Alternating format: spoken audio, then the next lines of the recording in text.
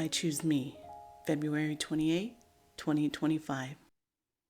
When I connected with Mother Earth today, she greeted me as a radiant goddess and welcomed me into her home, showing me a few of the beautiful paintings she'd created. She was so happy to be creating again and to have me visit. I asked her if she ever got lonely or yearned for companionship. She let out a big sigh and said, "At times I do feel the desire for companionship, but I chose this life after great introspection, and I'm quite content." Can you imagine two planets bumping and touching one another? What a catastrophe that would be, and for what end? She laughed as she playfully teased me.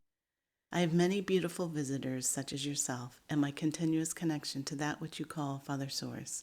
My life is full. Thank you for sharing. I'm glad you're full and content. I feel how you yearn for a companion to share your life with. Trust a little while longer, she spoke as she warmly embraced me. I thanked her again for a wonderful visit, then stepped into a clear tube and shot back up to my body.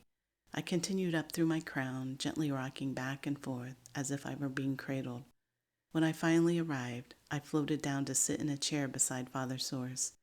We had a telepathic chit-chat as I sat nuzzled next to him. I expressed that all I'd ever longed for was a simple life shared with another. I recalled each of my past partners' inability to love me, and then looking at Source, I asked, why am I so unlovable? Why doesn't anybody choose me? Do you believe you're lovable? Asked Father. I thought about it. Yeah, I do. I'm kind, compassionate, devoted, loyal, creative, fun, intelligent, and so many more amazing things. I'm totally lovable.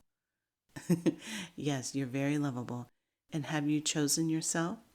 Truly chosen yourself? This question went a lot deeper. Had I chosen myself? Truly chosen myself?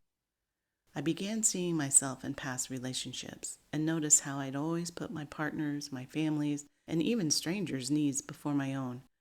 I clearly recall over a decade ago bursting into tears when my mentor asked me what I wanted because I had no idea.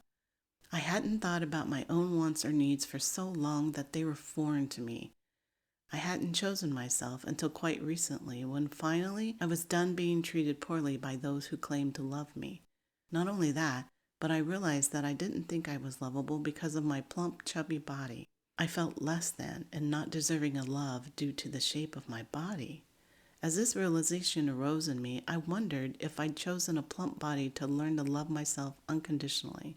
I felt the ring of truth to that. I do love myself, my true self, which is so much more than this body. I'm learning that I'm totally lovable simply because I am, not because of the size and shape of my body. I am love, and my body is the amazing vehicle that allows me to experience this life. It's moldable and changeable, but before any of that happens, I must choose and love myself just as I am. Everything about me is perfect, just as it is.